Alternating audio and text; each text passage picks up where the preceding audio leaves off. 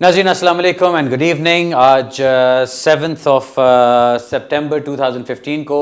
अली बुखारी और कानून और आप आपकी खिदमत में हाजिर हैं। लास्ट वीक सॉरी मैं शो नहीं कर सका था, लेकिन आपको पता है बैंक हॉलिडे वीकेंड होता है तो कभी कभी कुछ डिले हो जाती है, कुछ मसला हो जाता है। एनीवे, अपना प्रोग्राम शुरू करते हैं। आज तो बड़ी बातें करने वाली बिकॉज कुछ ऐसी चीज़ें हुई हैं पिछले एक हफ्ते में कि जिसके ऊपर आई एम श्योर बहुत सारे लोगों को बहुत ज़्यादा उसका इफेक्ट हुआ होगा और मैं उसके ऊपर बात करना चाहता हूँ आज। सबसे पहले अपना टाइम टेबल आपको अनाउंस करता चलूँ। जो इस हफ्ते हो रहा है मैनचेस्टर इंशाल्लाह थर्सडे को होगा। उसके अलावा बाकी तमाम दिन जो होंगे वो फिंचली हेड ऑफिस में इंशाल्लाह लोगों से मुलाकात होगी। सो अगली बात जो मैं बात करना चाह रहा हूँ वो कुछ अपडेट्स के बारे में है। अपडेट्स में आपने देखा होगा होम ऑफिस की वेबसाइट के ऊपर, अगर जो लोग जाके रेगुलरली देखते रहते हैं, जिनके ईमेल कॉन्फ़िगरेशन हुई हुई उस तरह से, उनको आ जाते होंगे नोटिसेस। होम ऑफिस की तरफ से जो अनाउंसमेंट की गई है टीयर 4 चेंजेस की, वो वहाँ पे आप देख सकते हैं जाके। उसमें उन्होंने कुछ कहा है, कुछ चीज़ें ऐसी हैं जो अगस्त से चेंज होंगी और कुछ ऐसी हैं जो नवंबर से चेंज होंगी। मोटी मोटी बातें क्या है मैं आपको बताता चलूँ। सबसे पहले उन्होंने बात की है कि जो पब्लिकली फंडेड कॉलेजेस हैं वहाँ के स्टूडेंट्स अभी भी काम कर सकते थे, लेकिन जो प्राइवेटली फंडेड कॉलेजेस थे उनके स्टूडेंट्स को काम करना मना था। अब उन दोनों को ही मना कर दिया जाएगा और इस तरह से मना करके वो जो करना चाह रहे हैं, जो वो एक जो अचीव करना चाह रहे हैं वो ये है कि तमाम स्टूडेंट्स जो यूके में आते हैं उनको अब यहाँ पे काम करना अलाउड नहीं होगा। दूसरी बात आती है, यूनिवर्सिटी स्टूडेंट्स को अलाउ किया जा रहा है कि अगर वो कोई और कोर्स करना चाहते हैं जो उसी लेवल पे है। आपको याद है, जो लोग इमिग्रेशन लॉ को जानते हैं, बहुत पुराना पहले हुआ करता था, अगर आप एक कोर्स कर रहे हैं और उसके उसी लेवल के ऊपर, यानी एक मास्टर्स कर रहे हैं फॉर एग्जांपल, और उसके बाद आप एक और मास्टर्स करना चाहते हैं जो उसी से कनेक्टेड है और आपके करियर के अंदर आपको प्रोग्रेशन दे सकता है, तो आप उसमें जा सकते थे। और फिर ये पॉइंट्स पे सिस्टम वाली चेंजेस आई जिसमें उन्होंने कह दिया कि जी अब आपको अपने एक लेवल से अगला स्टेप ऊपर ही उठाना होगा, आप उसी तरह के लेवल पे और नहीं जा सकते। सो ये कुछ अर्सा चीज़ रही और मैंने उस वक्त भी अनाउंसमेंट जब ये आई थी तो उस वक्त भी ये चीज़ कही थी और अभी भी मैं ये कहता हूँ कि उस वक्त भी जब उन्होंने ये बात की थी तो ये बात इलॉजिकल थी, क्योंकि काफ़ी दफ़ा ऐसा होता है कि बंदा एक मास्टर्स प्रोग्राम कर रहा है या बैचलर्स प्रोग्राम कर रहा है और उसके बाद वो उसी लेवल में किसी और फील्ड के अंदर जाना चाहता है। फॉर एग्जांपल, अगर आप बिजनेस को और फाइनेंस को मिक्स करना चाहते हैं, आप चाहते हैं कि आपकी ग्रूमिंग ऐसी हो आपकी एजुकेशन के अंदर कि आप दोनों चीज़ों में जा सकें, तो आप दोनों को एक ही लेवल के ऊपर कर सकते हैं। Why not? बिल्कुल एक नॉर्मल चीज़ है, लेकिन उसको मना कर दिया गया था और अब उसको दोबारा से अलाउ कर दिया गया है। सो यूनिवर्सिटी वाली बातों के अंदर वो चीज़ है और उसके अंदर यूनिवर्सिटी को कंफर्म करना पड़ेगा कि आपका जो कोर्स आगे चलेगा वो आपके पिछले कोर्स को सप्लीमेंट करता है, और अगर वो सप्लीमेंट करता है और यूनिवर्सिटी उसको कंफर्म करने को तैयार है तो आपको वो अलाउ किया जा सकता है। उसके बाद फिर नेक्स्ट चीज़ आ रही है जी कि स्टूडेंट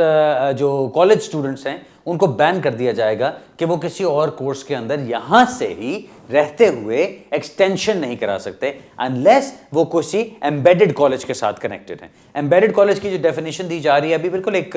छोटी छोटी डिटेल्स दी गई हैं वहाँ पे, तो मैं वहाँ से आपको समझा रहा हूँ कि एम्बेडेड कॉलेज की जो डिटेल दी जा रही है उसमें यह है कि वो एम्बेडेड कॉलेज ऐसा होगा जो कॉलेज और आगे से एक यूनिवर्सिटी के साथ वो ऑलरेडी कनेक्टेड है। अगर ऐसी चीज़ है कि जिससे कि पता चलता है कि आप एक कोर्स को स्टडी को फॉलो करके आगे यूनिवर्सिटी तक जाएंगे तो फिर आप यहाँ से अपना स्टेटस चेंज कर सकते हैं। अदरवाइज जो इसमें चीज़ कही जा रही है वो ये है, जो सीधी बात समझ आती है मुझे, कि आप एक कोर्स के लिए आते हैं, आप वो कोर्स ख़त्म करें and then you go back,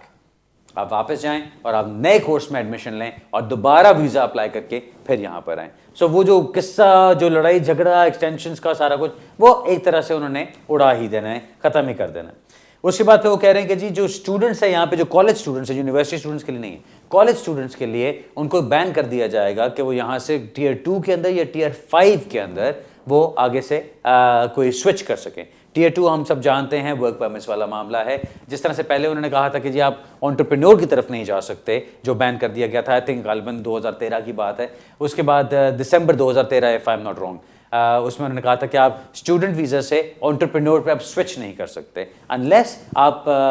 पीछे PSW पे चलते आ रहे हैं, उसके बाद आप स्विच करना चाहें तो वो बात डिफरेंट थी। लेकिन अब ये चीज़ है, क्योंकि अब PSW भी बड़ी देर के ख़त्म हो चुके हैं, अब नए PSWs इशू नहीं होते और जो सिर्फ स्टूडेंट्स यहाँ पे हैं जो कॉलेजेस में चल रहे हैं उनके लिए अब ये बैन लगाया जा रहा है कि वो आगे से वर्क परमिट्स के ऊपर स्विच नहीं कर सकते, यानी टीयर 2 जनरल पे नहीं जा सकते। अच्छा, फिर वो नेक्स्ट चीज़ जो आ रही है time limit of study for further education उसको 3 साल से कम करके 2 साल किया जा रहा है। सो अभी जो कैप लगाई जाती है, जो 3 साल की कैप है, उसको भी कम करके 2 साल किया जा रहा है, और ये वो कह रहे हैं नवंबर से आएगा। ये वाली बात भी, एम्बेडेड कॉलेजेस वाली बात भी नवंबर से है। जो स्टूडेंट्स को स्विच करने से रोका जाएगा वो भी नवंबर से है। और जो अगस्त वाली चीज़ें थी, जो चेंजेस हैं, वो एक तो काम करने वाला है, और दूसरा जो यूनिवर्सिटी स्टूडेंट्स को वो जो अपने उसी लेवल की कोर्स पे जा सकते हैं। बाकी एक नई चीज़ जो और इंट्रोड्यूस कर रहे हैं, which is expected from autumn, उसके अंदर है कि जी टियर 4 डिपेंडेंट्स को लो या अनस्किल्ड जॉब्स लेने की इजाज़त नहीं होगी, लेकिन पार्ट टाइम या फुल टाइम उनको इजाज़त मिल सकती है स्किल्ड वर्क में जाने के लिए। अब ये क्या चीज़ है? ये एक तरह की अच्छी खबर ही है, वो इसलिए कि पहले जो आपको एक वो लो स्किल, अब एक स्टूडेंट है वो शाम को किसी कबाब शॉप में काम कर रहा है या किसी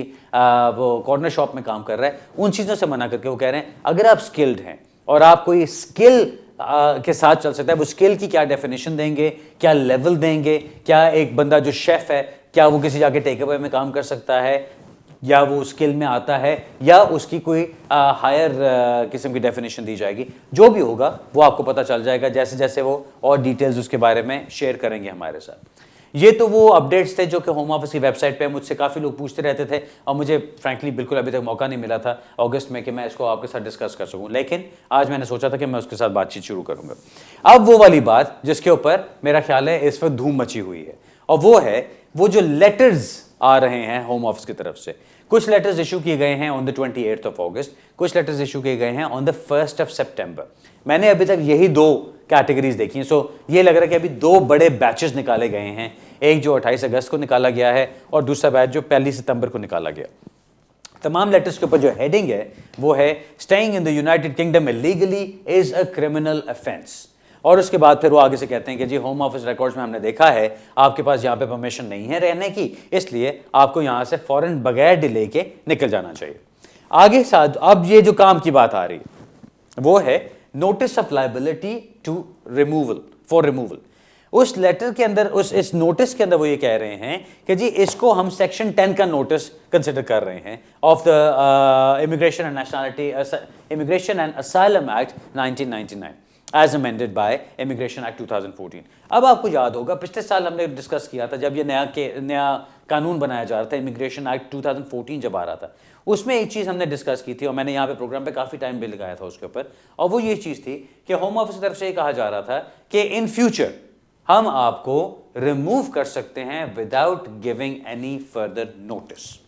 ठीक है, जिसका मतलब ये है कि अगर वो आपको निकालना चाहें, आपको वो पकड़ते हैं, अभी साइनिंग पे वो आप जाते हैं, अपनी रिपोर्टिंग पे जाते हैं, वहाँ से आपको पकड़ के बिठा लेते हैं, या आपके घर से आपको उठा के ले जाते हैं, या आप कहीं पे उनको आते जाते रास्ते में मिल जाते हैं और वो आपको पकड़ लेते हैं, वो आपको निकाल सकते हैं अगर वो ऑलरेडी सेक्शन 10 का नोटिस आपको दे चुके हैं। यहां पे डिफरेंशिएशन क्या आती है? अभी तक जो मामला चल रहा था, अगर आपको रिमूवल डायरेक्शन सर्व की जाती थी तो उसके अंदर आपको 48 घंटे का टाइम दिया जाता था, और उस 48 घंटे में आप क्या करते थे, हमारे जैसे वकीलों को जाके पकड़ते थे और हम लोग फौरन आपकी रिप्रेजेंटेशंस डाल रहे हैं, आपके जुडिशियल रिव्यूज डाल रहे हैं, आपकी स्टे ऑर्डर की एप्लीकेशंस डाल रहे हैं कि किसी तरह से इस बंदे को रुकवा लिया जाए, और आमतौर पर अल्हम्दुलिल्लाह हम लोग रुकवा भी लेते हैं। अब उन्होंने ये चीज की है कि जी इस चीज को खत्म कर दिया जाए, कि आपको वो टाइम ही ना दिया जाए कि जिस टाइम में आप जाके जुडिशियल रिव्यूज और ये वो जाके शोर शराबा कर सकें। अगर आज आपको पकड़ लिया उन्होंने और सेक्शन 10 का नोटिस आपको दिया जा चुका है तो फिर वो आपको रिमूव कर सकते हैं, चाहे वो कल सुबह आपको रिमूव करना चाहे। सुनने में बात ऑब्वियसली खतरनाक लगती है, और फ्रैंकली ये बात खतरनाक है भी, क्योंकि अभी मुझे जो चीज एक जो फीलिंग हो रही थी वो ये कि पिछले कुछ महीनों से इमिग्रेशन एनफोर्समेंट उतनी सख्त नहीं थी जितनी कि मैं एक्सपेक्ट कर रहा था। अब मुझे जो चीज उसकी लगती है वो ऐसे ही लगता है कि जैसे वो आहिस्ता आहिस्ता एक चीज की तरफ बिल्डअप कर रहे थे। अब वो बिल्डअप करके क्या निकला है नतीजा, वो अब आपके सामने है। लेकिन इससे पहले कि मैं उसकी डिटेल्स में चलूं, अभी आगे कुछ और मैं बात करना चाहता हूं इसके ऊपर। सो अभी पहले एक ब्रेक लेते हैं, ब्रेक से वापस आते हैं, फिर अपना सिलसिला जारी रखेंगे। मैं आपके साथ ये लेटर आज डिस्कस करना चाहता हूं इन डिटेल, क्योंकि मुझे पता है बहुत सारे लोगों को ये अफेक्ट कर रहा है। मिलते हैं थोड़ी सी देर में।